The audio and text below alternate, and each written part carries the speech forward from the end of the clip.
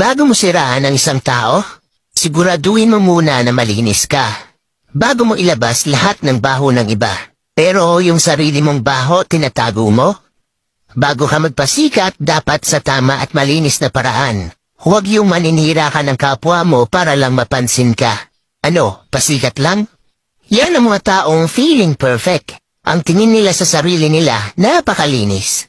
Lahat ng tao may bad side. Kaya manalamin ka muna bago ka manghusga.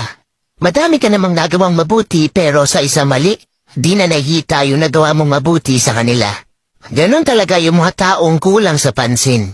Kahit mali sa mata nyo at labag sa paniniwala nyo, wala pa rin kayong karapatan manghusga ng kahit sino. Hindi nyo alam kung ano ang pinagdaraanan sa buhay ng bawat tao.